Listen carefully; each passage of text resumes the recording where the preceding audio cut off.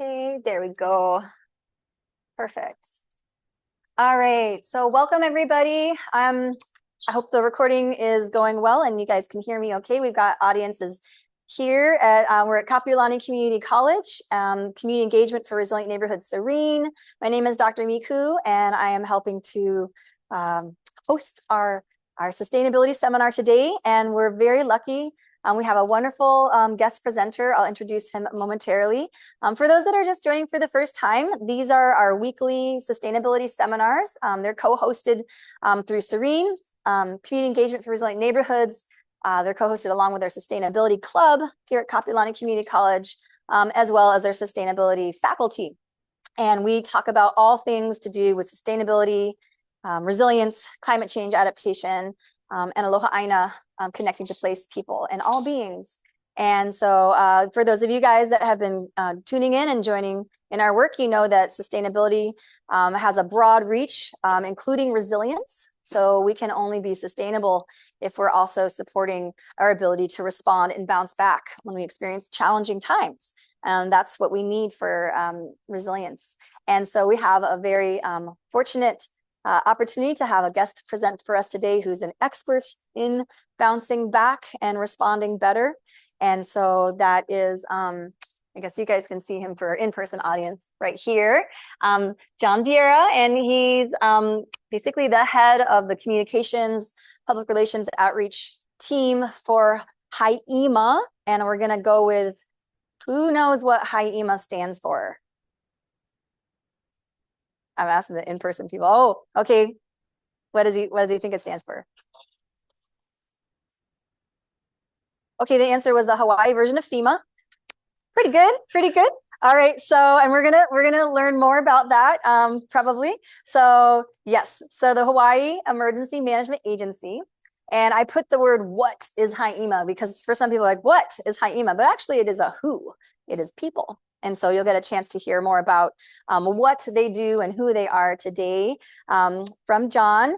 And the way that we do our seminars is normally we'll have a presentation, 20-25 minutes or so, and then lots of time for questions and talk story. We usually do in-person audience first, but our online audience, you can ask, even if it comes up, ask questions by putting them into the chat, and then I'll help moderate the Q&A and make sure that everybody gets to chat. So that's the process here. And I think, Aretha, can you pin him so that, or spotlight him so that when he talks, it records mostly just him?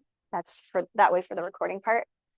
All right, and with that, John, I'm gonna hand it off to you to take it away. And once again, very, very happy to have you join us. And thank you so much for being here. Mahalo, Dr. Miku. I am really excited to be here. Aloha, everyone in the room, on the call. This is so exciting. I have to share that, prior to me coming to Hawaii Emergency Management Agency, I spent 15 years within the CC system out at Honolulu Community College. I became an assistant professor of audio engineering, not exactly tied into emergency management, but I served as a division chair under the career technical education programs out at Honolulu Community College. So why I share that is I'm so excited to be sort of back in the room with students, administration, faculty. I really had a wonderful experience over the 15 years that I did spend at the community college and within the community college system. And so, excited to also share about the things that we're doing, because as educators as well as then as emergency managers, our focus is the people of Hawaii. Hawaii Emergency Management is at the state level, and so we support the counties and the communities, and we work to align planning, coordination, and resilience. And so I'll talk about those things today in my presentation. I won't keep it too formal. I have a slide deck prepared for you folks that will give you at least an idea of what HI-EMA is and where we sit in sort of the scheme and alignment of government at the state level and how we work with the counties. And so I'm going to share my screen here. Let's see. Okay. Okay. Can I get a thumbs up or acknowledgement of you're able to see my screen? Someone? I can't see. Oh, I have myself. Wait, am I muted still? Okay, I can hear you, Dr. Miku. Oh yeah, Am yeah, I? sounds great. Okay, all right. Okay, so we're embedded. We our headquarters is here in Diamond Head, so we're really right up the hill, right up the street from you folks at Kapiolani. If you look at the picture here, we're embedded in the side of the bunker. If you come into the Kahala Tunnel, you take that immediate right turn, and that takes you up to our Berkheimer Emergency Operations Center, where my office is and our agency mainly functions. We do have an extension within the in the middle of the crater, which is another office space and warehouse, and we have a meeting space down there as well. So we are neighbors. And it's kind of interesting. I don't know how many of you have been to Diamond Head recently or in the past, but it's a very interesting place. A lot of tourists coming in and out, um, and not many locals really know that HI-EMA's here for one, or what happens in the crater. So, well, now you know. And so, being in the community of Kaimuki, as well as Kahala, our immediacy and the things that we do is right in our neighborhood as well. So this is very important to us. So the mission of Is that's HI-EMA, for oh, this next group? okay. So the mission, right, is really to help Hawaii families, Ohana, prepare for and respond to disasters and emergencies. Um, Up until recently, with the Lahaina fires, we've been very fortunate to not have, a major disaster for almost 30 years. Back in 1992, there have been disasters along the way, but for the most part, we've been fortunate as a community, as a state. But we don't want to rest on that. We've learned a lot from the Maui wildfires, and it also has created a lot of questions, interests, concern. And so here at HI-EMA, we've been going through a reorganization over the past 2 years so that we can we've identified some of the gaps and some of the better ways we can serve our community and the people of Hawaii. And so how we do this is really four pillars, right? We want to talk about preparedness, you know, raise awareness. What is preparedness? Mitigation, right? Knowing that it's, at some point it'll be inevitable that there is a disaster that is beyond our capacity, or an emergency that turns into a disaster. And so we're trying to mitigate the impacts of a natural disaster and man-made disasters. As much as we're concerned about tsunamis, hurricanes, wildfire, we do have a large population of tourists on a daily basis across our state. We have a lot of activity around our communities and events within our communities across the state, and those need to be looked at and mitigated as well. And then we, through our planning and mitigation, we look at the response. How do we respond, right? How do we make sure that our communities are ready to respond? Every disaster will start in the community, right, or in some community, and will end in that community, although those communities have been impacted. So are we ready to respond, right? As individuals, right? Everyone in the room on the call, kind of ask yourself, are you ready to respond? Right? Because what it comes down to is if we individually are ready and we can take care of ourselves, until first responders can come and help, and agencies and partnerships can stand up and serve the people in a response, it will be up to the individuals and the communities to be able to respond immediately. And then we talk about recovery. What does that look like? Dr. Miku mentioned resilience, sustainability. A part of sustainability is resilience. How do we bounce back, right? In a case of a disaster or a situation that we have no control of, and we just have to respond to, um, how do we do that efficiently, right? How do we not duplicate efforts? And really, how do we manage the chaos, the ensuing chaos?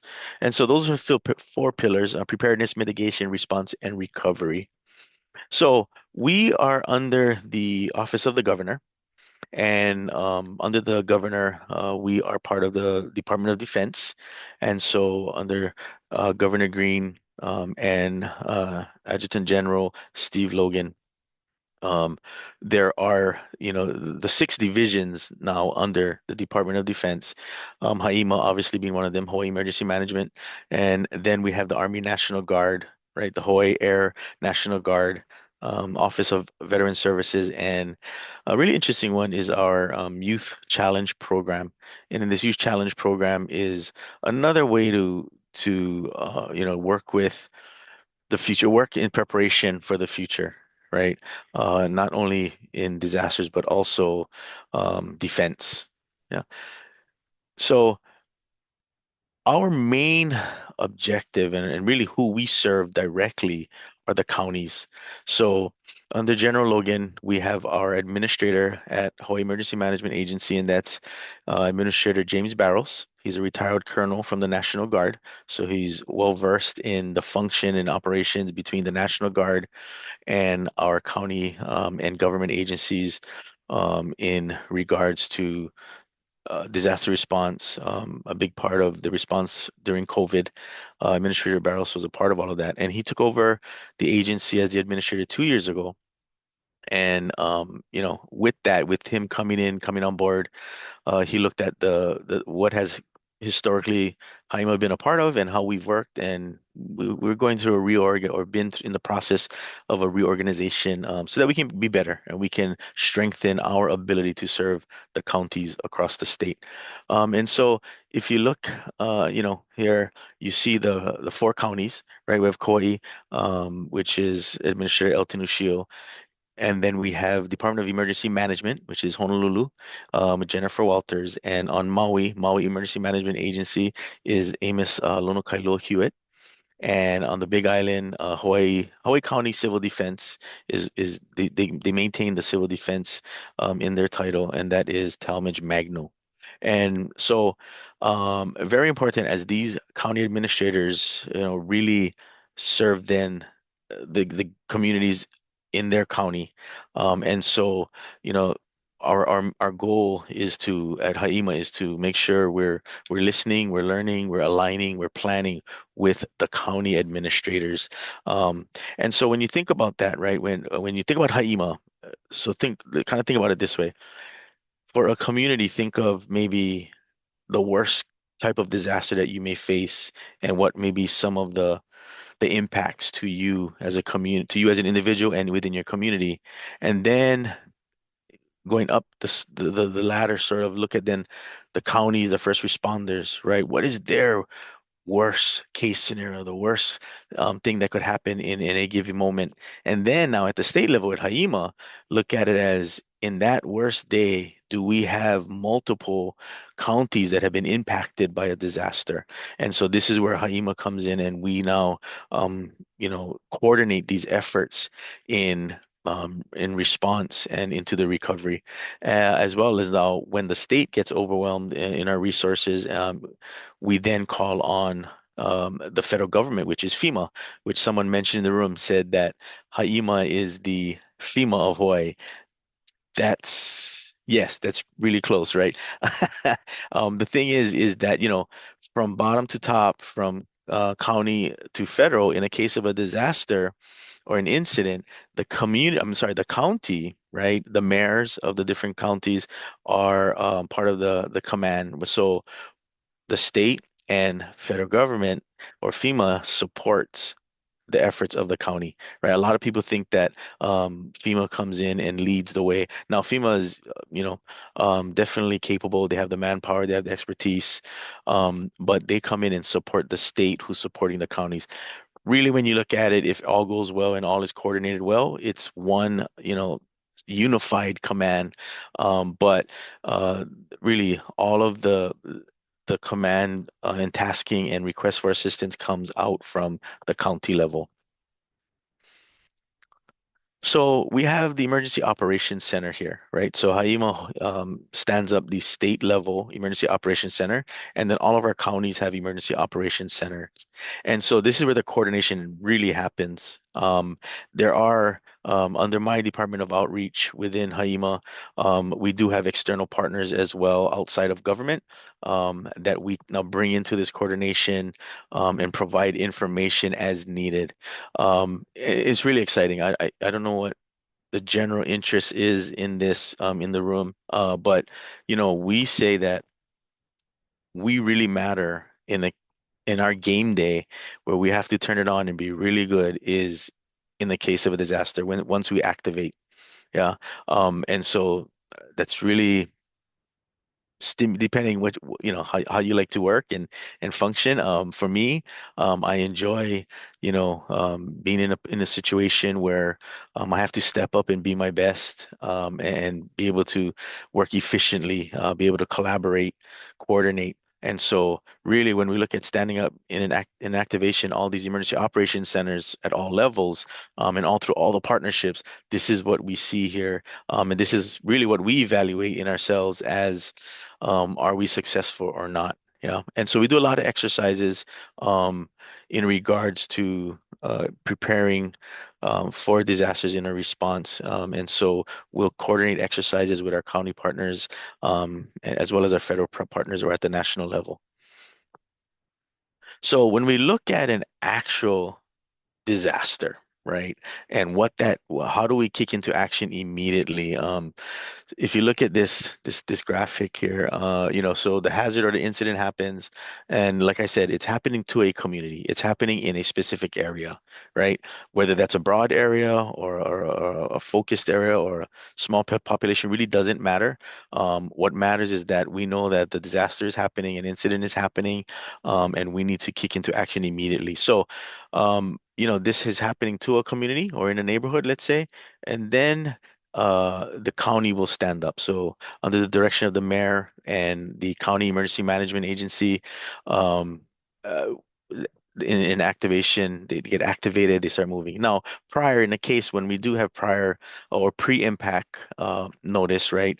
In the case of a hurricane, the county will already be posturing. And if we're really good, the communities will already be posturing, monitoring, prior to a hurricane coming in. And really, that's what Dr. Miku and I talk about on a regular basis from the first day we met, right? Is okay, how do we get preparedness into the communities, not just at the agency and government levels?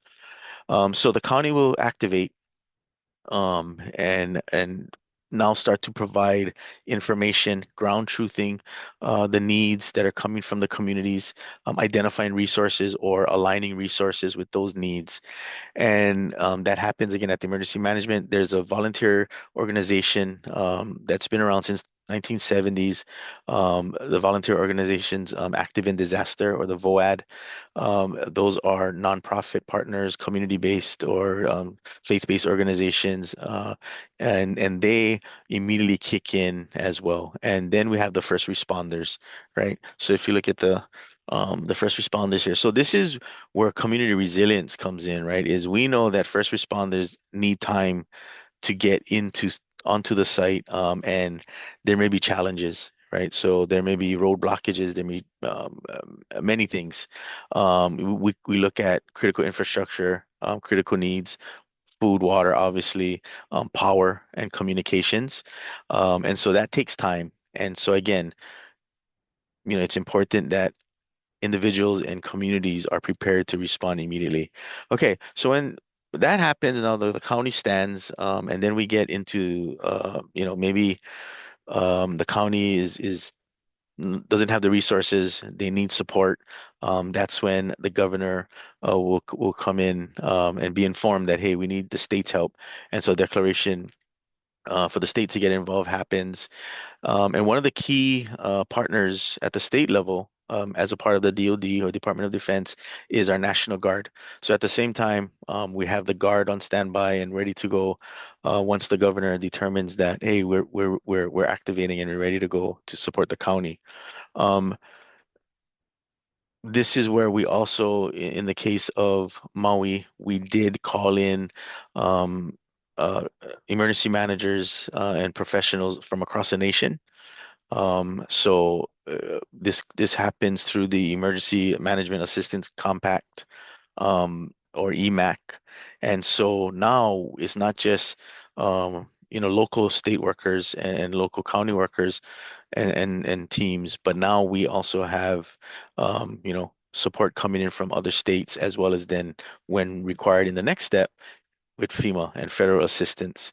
Um, so, this is key for every individual to understand, right? The government agencies don't come in and tell communities what to do, but rather we do have a system in place, right?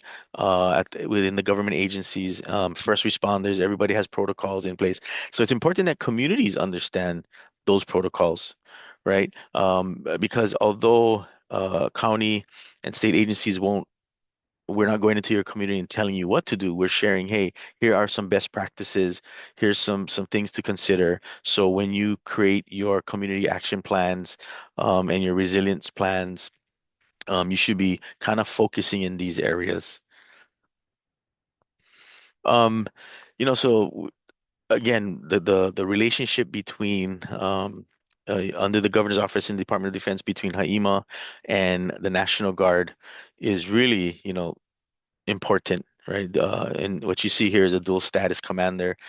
So there's these authorizations, right, that come from the Secretary of Defense, right, when needed, through and the National Guard, and really this is all through the governor's consent, right? So there's this back and forth sharing of information, what the situation is,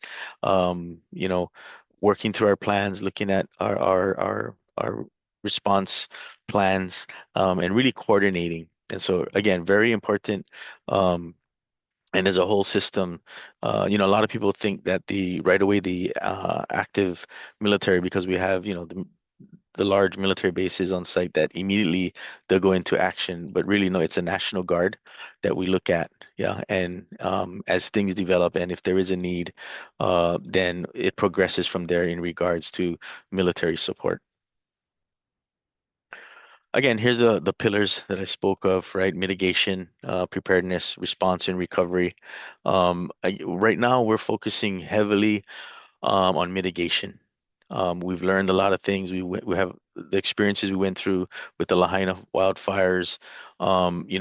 Federal monies. We also got uh, allocated towards mitigation.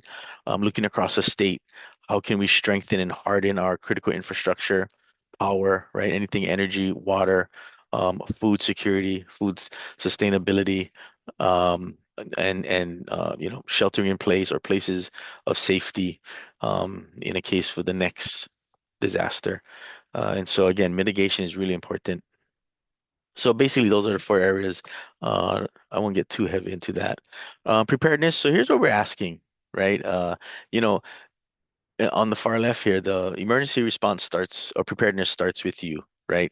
We're asking everyone across the state to be 2 weeks ready, right? 14 days ready.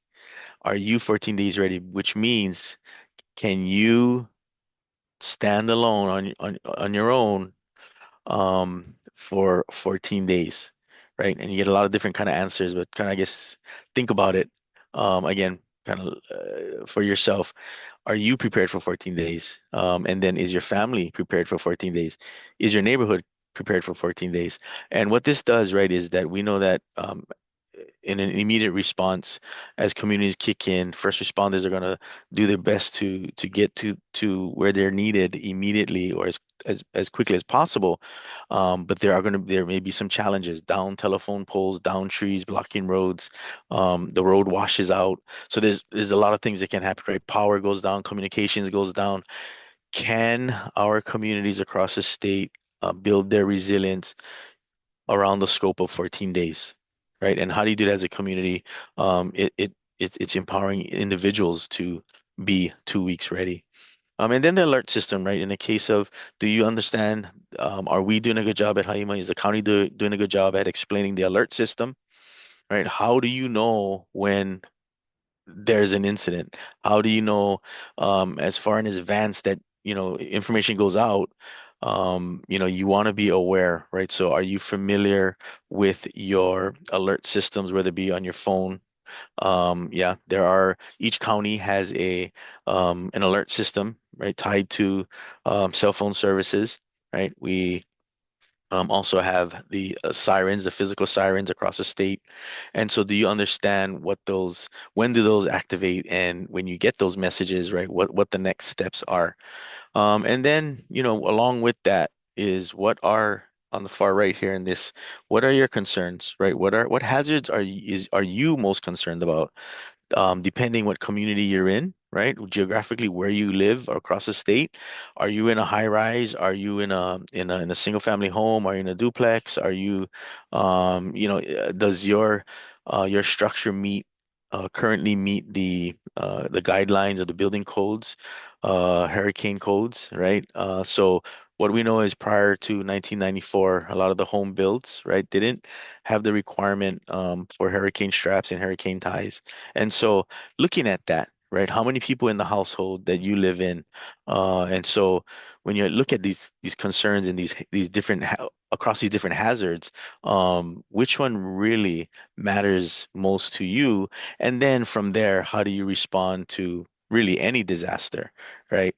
A good example is, if you're in up Mauka, right, you live sort of up in higher ground. You may be thinking, I'm not concerned about tsunamis because I'm not on the coastline or in the inundation zone. But people are going to go Mauka, right? All those live on the coastline that are in the tsunami zone, they're going to go to higher ground. Is your community in that higher ground area, right? What happens? What's the planning? What's the coordination when everybody is really um, scrambling to survive, which is good? And as communities, how do we support those that come from outside of our community into our communities looking for shelter or a safe place to shelter in place? So just some things to consider.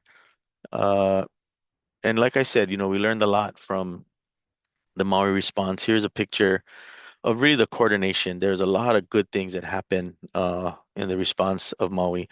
What we do know for a fact, and that we've seen it, right, is that communities kicked in immediately.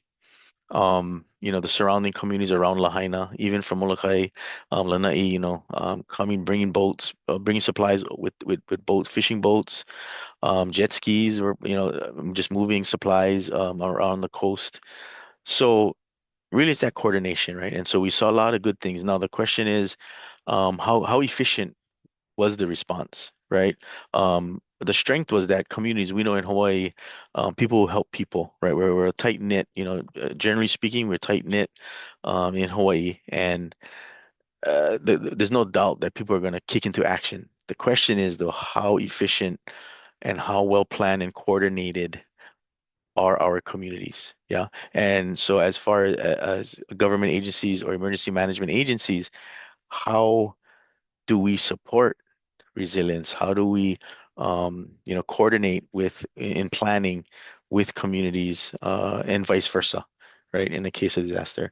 Um, the picture right in the middle there is the really, when we talk about, government is not in the response to dictate what is happening or what needs to be done, but rather supporting. And this is a great picture because that's a local family on Maui that was, at War Memorial Gym on Maui and running the donations and distribution, volunteers, passing out supplies, blankets, pillows, whatever they could do, right? And was really great to see that it was really a community effort. Right. And then, all the other agencies and other partners are there to support. And so working with Dr. Miku and Serene, this is where we're trying to get to, is get communities to really understand, hey, everyone has a role in emergency management, right? Everyone has a role to play and be a part of. And so how do we enhance that? How do we strengthen that? And that's why I'm presenting here today as well. So when we look at really how communications happen and how do we solve problems, or how do we provide solutions to the counties and to the communities in need. It really works through our state emergency operations center. But within that, we have these emergency support functions, right? You can see here 1 through 15, and then we have ESF 20, which is a National Guard. So these are the different critical areas in which now assistance is provided, right? From the county emergency operations center, uh, where the need for assistance goes through comes up to the state level, and then from there, our operations team, um, gets our ESFs involved. So if you look at this list, really it is a lot of partnerships within these areas, and some of them being government agencies, state agencies, some of them being public partners and private partners, NGOs, and so forth. So, you know, this slide here just, what we talk about is, in a case of a disaster, there's going to be chaos, right? Guarantee. It's just what level of chaos and how do we um, kind of settle into a battle rhythm. How do we settle in with our partners, um, with our families, with our communities? Remember, everyone, all the first responders, all the agency employees, we're all in Hawaii as well. We're all just like you folks. We have families, and so, but it is our job in a response, right, to make sense of the madness, so to speak. Now, we can't do that though without our partners. Yeah, and so in a response, all of the different coordinations and coordinated efforts that happen is it can be daunting. Yeah. But more so if we're not prepared, if we don't align, we don't exercise, practice together, it's going to be that much worse.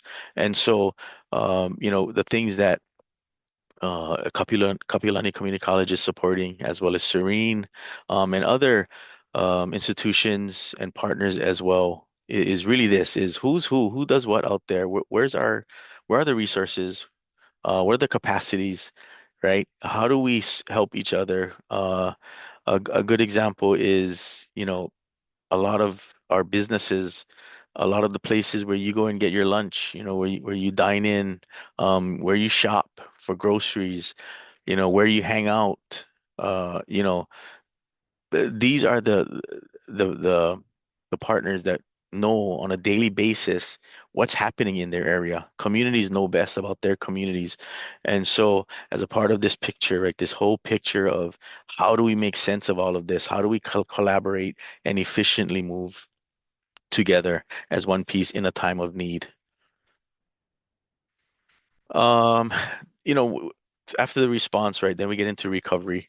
And this is a huge part of resilience, is how quickly do we go from the response phase, meaning making sure that critical infrastructure and lives aren't lost, right? And then we get into recovery, right? We assess the damage, what happened, and then now we move into recovery.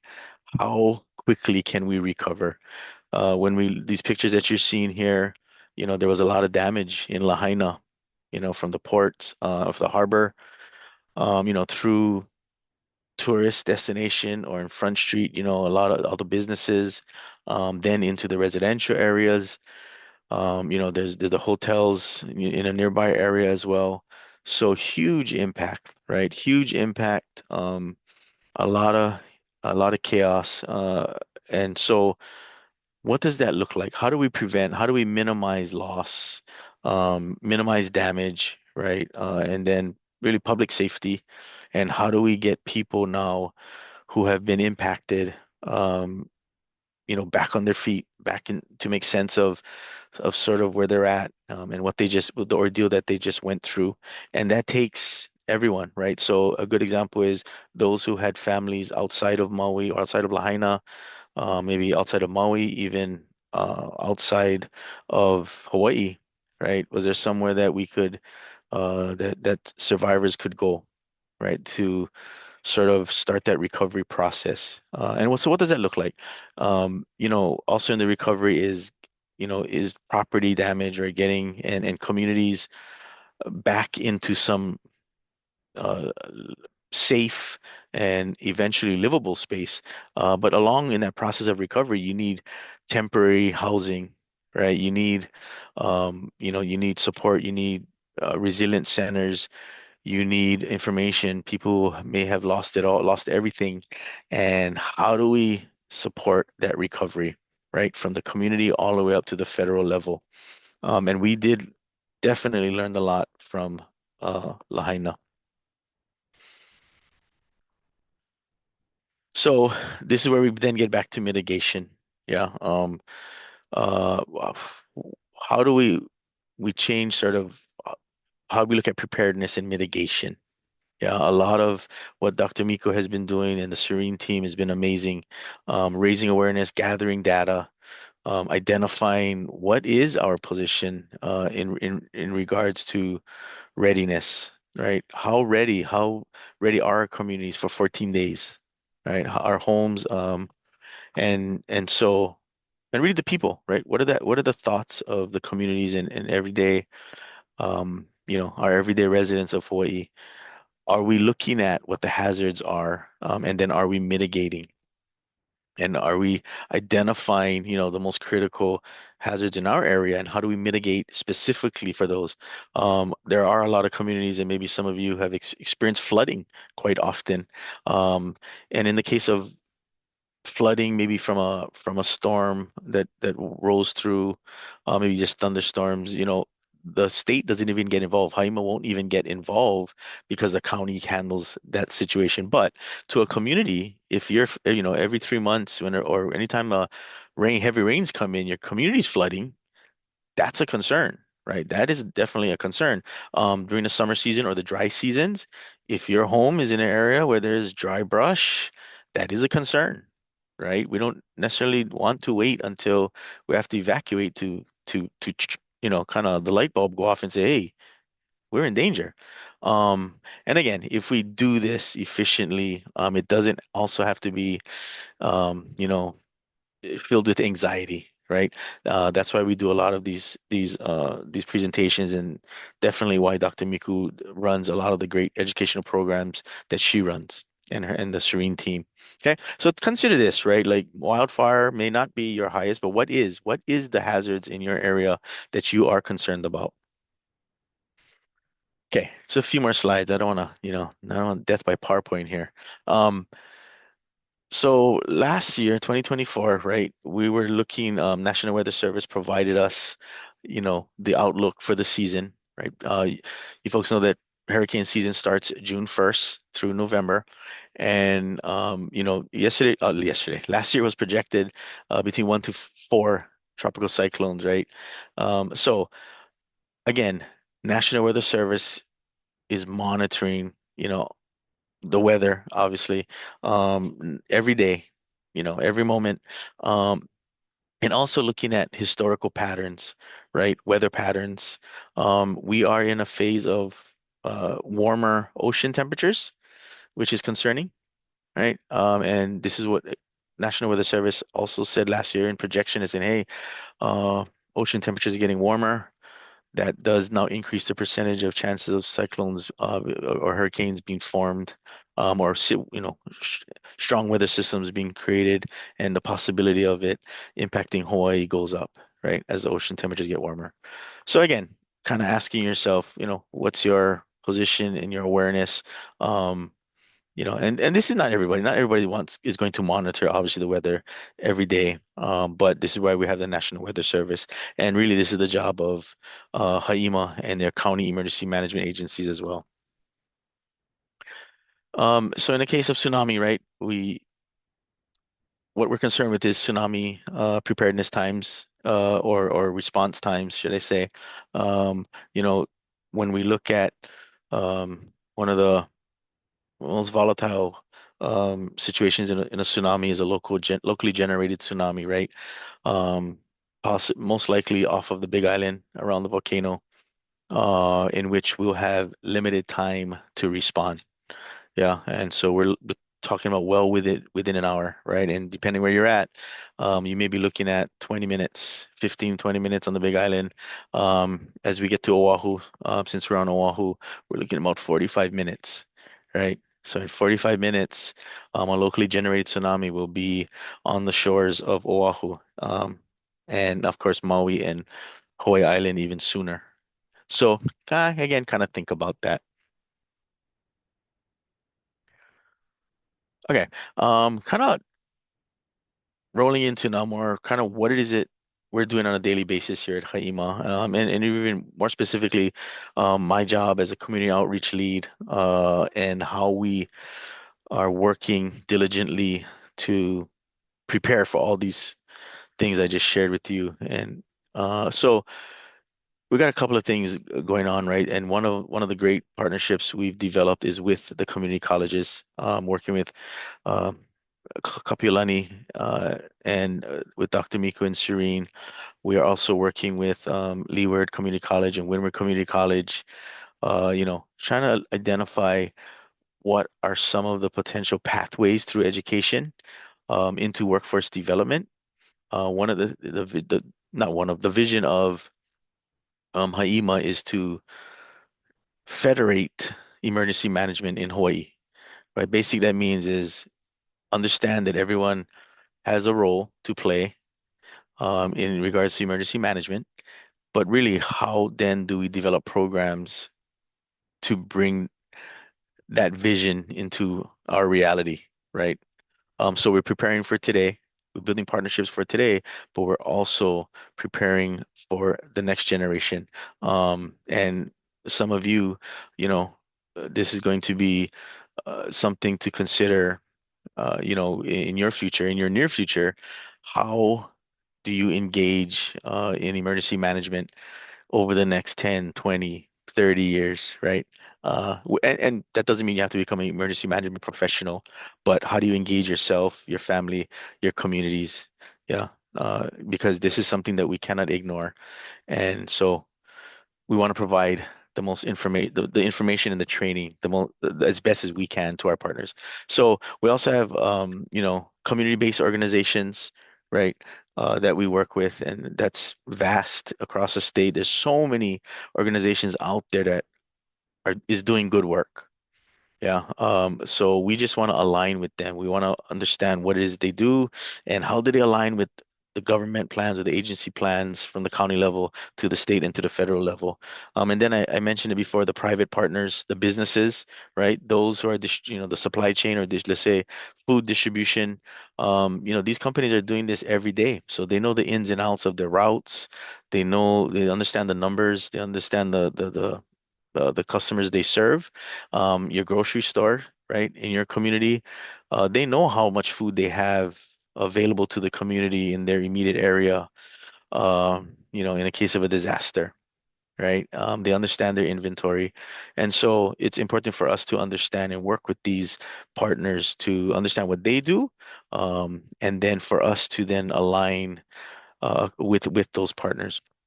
And then you have nonprofits, and the NGOs that are also doing great work, and their mission is public service, right, or service the communities, service the people, um, uh, based on their intended mission. And so there isn't a shortage of help out there, right? There isn't a shortage of people willing and organizations willing to kick into action. What we are working on is aligning all of these organizations and partnerships along with our government agency functions. Okay, and a couple more, so again, the good things that we saw on Maui, this is what we want to see more pictures of this, not just in a case of disaster, but in case of um, preparedness exercises, trainings, symposiums, seminars like this. We need more pictures like this, right? A Kako'o thing, everybody supporting everybody, communities, individuals, all across the board. And so again, another great picture. This was from Maui and all of those that kicked in. I was a part of that bottom left picture. That larger group there is a group of AmeriCorps volunteers. A lot of them took a gap year from their college studies to come and serve in Hawaii through AmeriCorps. And they were hugely a part of the donations distribution management efforts, right? And so distributing supplies on Maui, and we had four waves, four mission assignments of AmeriCorps volunteers, and approximately 20 or 30 in each wave. And so that was really unbelievable, man. I had, chicken skin thinking about it now. And these are younger individuals, that again, I said they took time out of their young, uh, you know, I shouldn't say young, that their early, you know, educational requirements or the early phases in their education, um, and said, "Hey, I want to go help. I want to go to Hawaii and help the people in Hawaii." So that was again really awesome. That did take a lot of coordinating, right? A lot of these individuals you see in this picture, that's a lot of coordination that it takes, right? And so again, that's some of the things that we pride ourselves on is the ability in Hawaii to connect those of us across the state that just want to help. Yeah. Okay. All right. I appreciate your folks' attention and time in that. I open up the questions now. It can be informal. I just wanna kind of relish in this opportunity with you folks to talk about emergency management and HI-EMA and community. All right. Can you hear me okay, John? Yep, absolutely. Okay, so first of all, I'd like to, if you guys could just give them a big round of applause. I don't know if you can hear it, but the clapping happened on our side. So yeah, thank you so much for that. And the way we'll navigate the questions is to invite the online participants. There, we got some emojis in the audience for you too. Nice, thanks Celia, thanks KH. We'll invite the online audience to start thinking about your questions if you have any, and you can put them into the chat.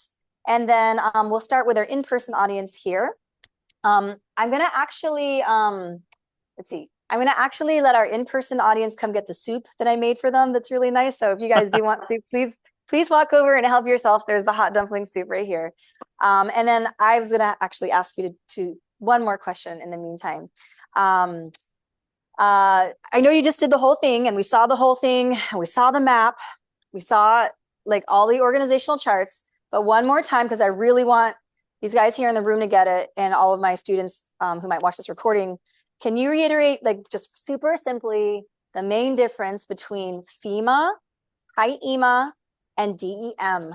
That's DEM. I'll actually write it on the board for you guys here. It's just like really helpful to have it in your head because it's so easy to get mixed up for people. Just so super simply Yeah. version. Let me pull up that slide that shows the um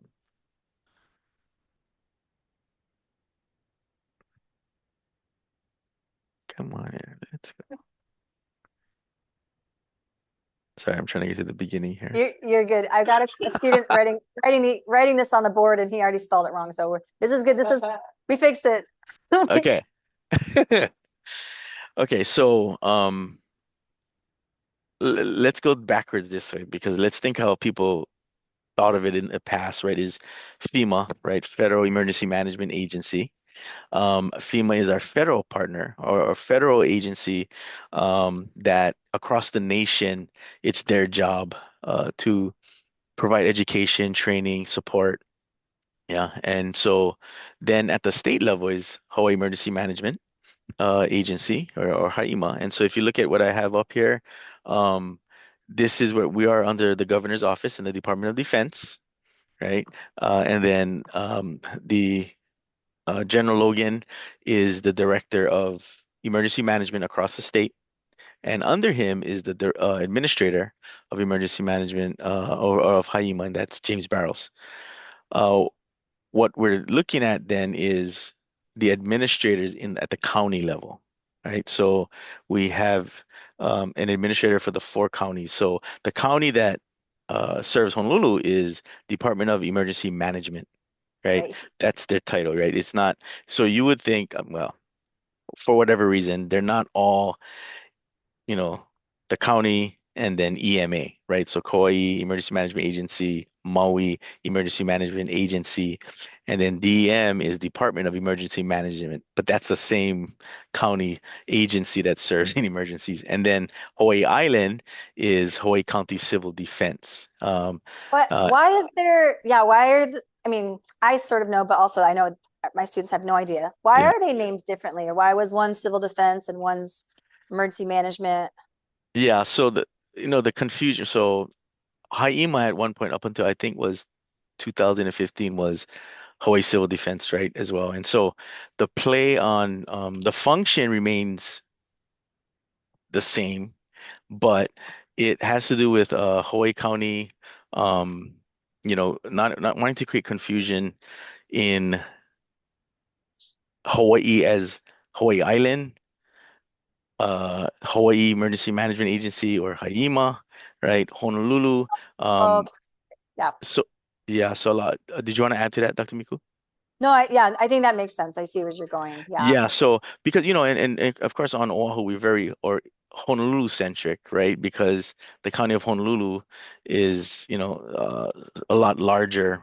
We tend to become Honolulu centric, and so Hawaii, Honolulu, kind of stayed away from the mix up in who does what and who does where. There may be Okay. more to it than that that I'm not aware of. No, that's helpful. I think that's helpful. Hey guys, welcome back. Um, okay, I jumped in and stole that first question, but I really wanted to have everyone here in the room and those online just kind of get clarity over it because it's really confusing when you hear FEMA, HI-EMA, this emergency management and what are these things. So if you guys are walking away with anything, just that level of clarity would be amazing. And then the other thing that people just walk in the room, the other thing is show of hands just for this group, just here in the room and also online, if you guys use an emoji, how many of you right now are 2 weeks ready? Right now. Okay, we got one, we got two, we got three for me. Okay, gotta work on the rest of the serene people. All right, in the room. How about online? What did we get online? I didn't see. Okay, we got Denise. I know Denise is 2 weeks ready. Does that mean I'll be ready? Well, no, he says in 2 weeks will he be ready? With 2 weeks ready? No. We got Landon. Yeah, I know he's Landon's an Eagle Scout. We got some of our other Celia. Nice job, you guys. Okay, and then we got a question from Andrea. All right. Yeah. Okay, we're gonna. Oh, and then is that one of our in the chat, folks? Okay, and Kevin also had a. All right, Andrea, I'm gonna go to our in-person audience first, and then we'll pop over to you. Okay. Oh, and how much time we have? Oh, we have enough time. All right, so we'll do like one in person and then we'll go over to online. Okay, we got one. I'm gonna give you the mic so he can hear you better.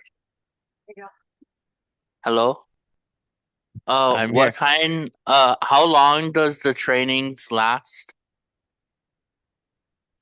Uh, Trainings of the um emergency management thingy.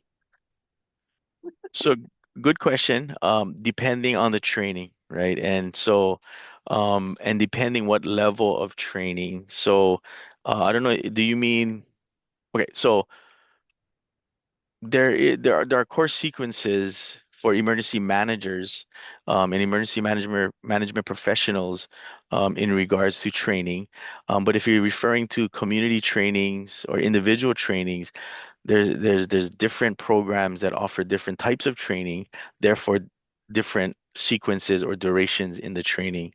One of the trainings at the community level that is really popular and really awesome is CERT training or community emergency response teams, right? And that depending on the program itself in the county or in that particular area or state, there are general guidelines or there is a guideline from FEMA for this training. But depending on where you get CERT trained in what area, it sort of varies a bit. But ultimately, training, when we look at training and education, I mean, it's happening right now. When we look at when Dr. Miku asks who's 2 weeks ready, and some of you kind of don't raise your hand or you're kind of shy or you just flat out not ready. Um, a lot of it is understanding that, hey, a lot of the things that you're doing now is a part of preparedness, right? Just being aware of your community, knowing who your neighbors are, right? Knowing who your fellow students are. Because remember, you could be sitting in a classroom and all of a sudden an emergency could be or an incident could happen, right? So depending on the type of training you're looking for will determine the duration and what that course sequence of courses and training looks like. Thank you. I don't know if you could hear him. He said thank you. I got some questions in the chat about the trainings, and then Andrea, if you can put your question in the chat too, that would be really helpful. Questions about CERT trainings. So there are Department of Emergency Management. So that would be our how did you describe it, John? Our county level administrator? Is that how you described Yes, it? the county Okay. administrators. Yeah. The county administrator, which in our case is called Department of Emergency Management. Yes. They see, look at this, right? Vocabulary. So they run ongoing trainings. So there's CERT trainings, which are community emergency responder or response trainings, and they run them almost every month, if not every month. And those are ones that are held actually through Department of Emergency Management. There's also local preparedness groups, and those preparedness groups do kind of a more informal style of training, and those are also available. Both of them are being listed right now online from the DEM's website. And then, John, are there other, there's lots of online trainings, and like HI-EMA has some really awesome resources as well for games and like cool preparedness things that you can do. I don't know if I can share some of those in the chat too, but if you have resources you want to drop in the chat or that we can send out for people, I think they'd appreciate that too. Yeah. So when we talk about training with HI-EMA, right? Our like for CERT, it's a good example is as we're the state CERT coordinators, right? And really, which means um, we look at what the counties are doing and what they want to do, and we determine how we can support that at the state level, right? And so the best thing to do is go to DEM's website, right? Of course, and start following DEM and the things that they're doing. And then that'll lead in many ways to HI-EMA and then our website and our activities. And a lot of our, activities involve uh, um, exercises and trainings, right? So um, I think what's important to understand is that the counties are so important. They lead the way in training their communities. And so a lot of the questions that I get, right, for HI-EMA, really I look towards then the county and knowing what the counties are doing. That's how I'm answering a lot of these questions, right? And so yeah, I can put in the chat as we keep moving forward here, some things we got going on.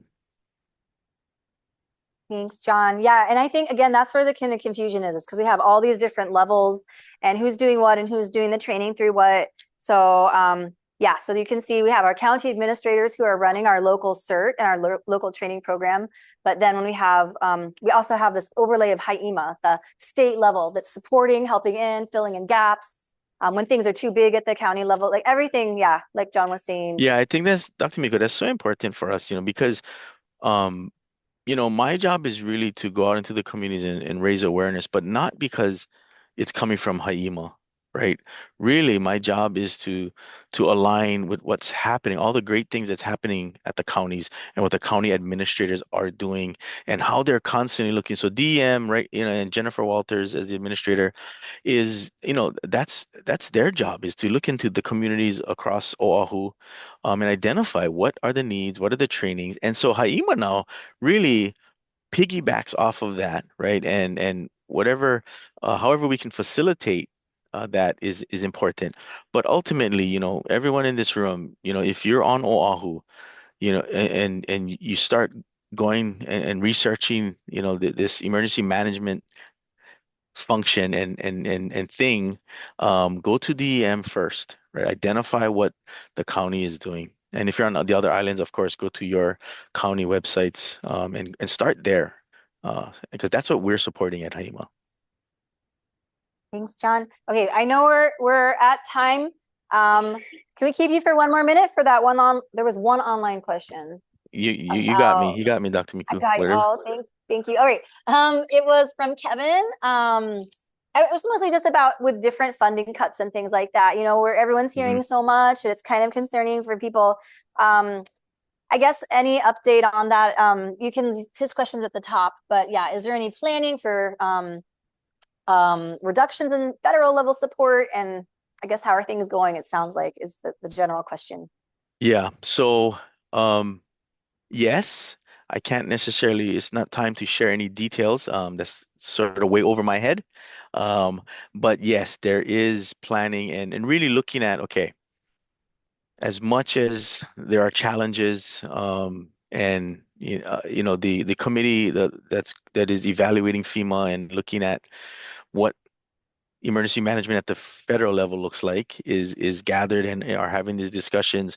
We know right off the bat that as a state we have to start looking at things a little differently and structure accordingly. And within that, though, there is opportunity. I mean, it's a heavy lift. FEMA has been a go-to, and for the most part, they've done really well across all the disasters, since they were stood up.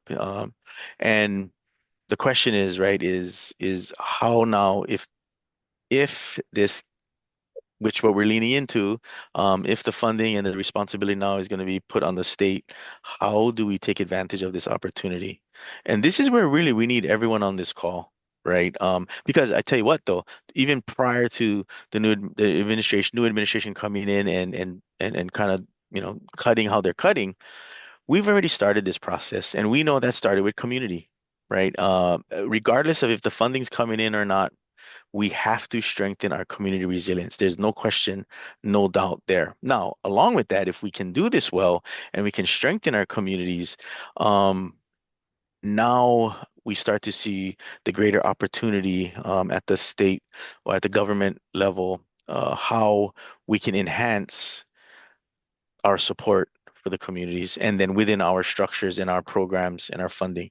But the answer is yes, we are looking at cuts like everyone else. But how do we restructure that and how do we look at opportunities? Because the support is still going to be there, right? The federal government is still saying, hey, there's going to be support, but now it's going to be sort of lean and mean, right? Where in the case of FEMA, it's, hey, help us in a response, help us save lives, help us get back on our feet, and then you're out, right? Versus how it's been historically has been, hey, what do you need? Which has been beneficial um, through recovery, right? But now they're really focused on, hey, come in, help us respond, save lives, and then help us fix stuff, fix infrastructure immediately or as soon as possible, and then the state's got it from there. So that's what we're kind of looking at. That really comes down to how well, again, we establish resilience in our communities. Thank you, John. Yeah, I mean, I think that anyone that's experiencing let's say, anyone that's experiencing shifting of support or reductions in funding right now, it is like, it's that same thing, right? Like, it's really challenging, but it also sort of shows you where your vulnerabilities are, where you're relying too much on one thing. And it also is the opportunity for us to step up more and build up our local level self-sufficiency. Yeah. And so, And yeah. Dr. Miku, let me add to that because, even for Maui, right, like communities flat out tell us as far as government agency, right, is, hey, we got it, right? Like, don't get up in our business. Don't get too deep into our business as a community, as an individual, right? And similarly to what we're seeing at the federal government, it's okay, shrinking the size of government. In this case, this is what communities have been asking for. Hey, help us, be there for us, support us. But we know our community. We don't need government to come in and do things for us necessarily. But when the resources are exhausted, when the community, the counties need support, then hey, state, HI-EMA, be there. Right. And so how do we do that? How do we get better at doing that? So this has been going on. Communities have been asking for this, right? Is tell us what you folks are doing. Give us information. Come to our meetings. Let's have these discussions. Let's have these type of seminars. And this is what we're doing. This is exactly what we've been doing, regardless of what the federal government has been doing more recently. We're all doing this. Dr. Miko's been doing this. CERENE has been doing this. And so I'm excited about that we're already in the process we're in the process to better be able to identify what the opportunities are, where the movement forward is, and now let's go. Let's advocate for each other, and let's move forward. All right, John, I won't keep you anymore, but thank you so much. I will end it on that note. We'll give him another round of applause. Thank you so Thank much for you. making the time today. And is it possible for us to have a copy of the slide, the PowerPoint that you shared? Is that Yeah. available? Yep. Okay, Yep. Can you share that?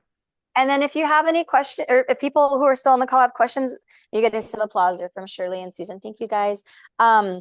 are you able to put the contact or a contact in the chat that people can follow up with you if you have questions? I'm And putting in right now. all right. So yeah, thank Yes. you so much. And you know, you guys will now John, one of the superhero team that's actually behind our campus. Some student leaders and I will have the opportunity to go visit on Friday, well, tomorrow, which is really exciting. But yeah, so he's part of our community right here, actually. So we're really lucky, though he works at a much larger scale, also a wonderful neighbor right next door. So Yeah, mahalo, yeah. Dr. Miku, and mahalo everyone for giving me the time and opportunity to share with you. Hey, I'm a community guy. I love talking with people, so hit me up. I got my information in there, my email and my cell phone number. So, let's have conversations. Let's have discussions. I want to know what you folks think and what you folks think as community members, and maybe some of you on the call are partners as well. And so, yeah, please reach out. Okay. Thank you, John. Thank you. See you soon. Aloha. Bye. Bye, everybody. Thank you.